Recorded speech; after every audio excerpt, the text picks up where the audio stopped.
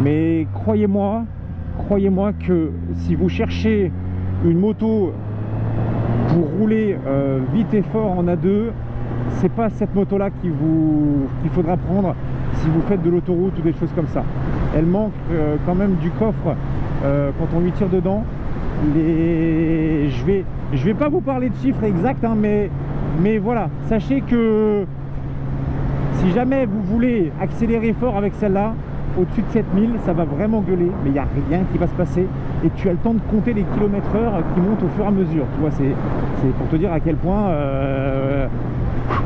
voilà. Mais par contre, j'ai appris à conduire un peu différemment avec celle-ci, c'est d'utiliser le couple à bas régime de cette moto.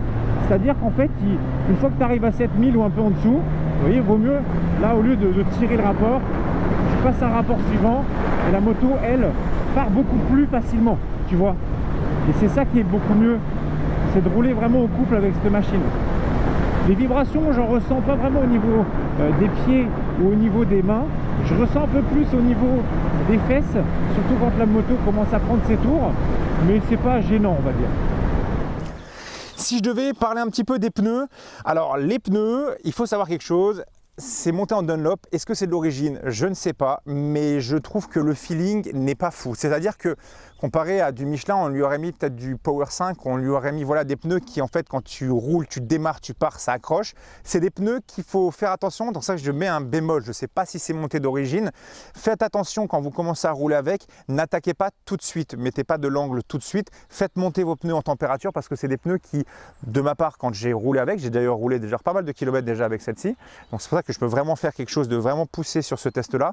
C'est des pneus où faites-les monter en température parce que j'ai déjà souvent eu des petites virgules un petit peu là, même avec le traction control activé, hein, qui font que ça accroche bien quand c'est chaud, quand c'est froid, on y repart tranquillement.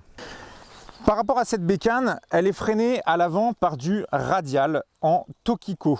Alors Tokiko, sur les Jex, vous avez plusieurs modèles de Jex qui sont freinés en Tokiko, c'est des freins en radial qui vont freiner la moto mais qui manquent un petit peu de mordant. C'est-à-dire que lorsque vous allez faire le fameux freinage à un doigt sur ton GSX-S, ça ne va pas te piler la moto. Ce n'est pas un freinage qui va être puissant, c'est un freinage qui va être, on va dire, progressif, mais si vous voulez freiner fort, il faut vraiment y mettre toute la main sur le levier. Ça va manquer un petit peu de mordant comparé à la GSX-S 1000 qui, elle, a du Brembo à l'avant.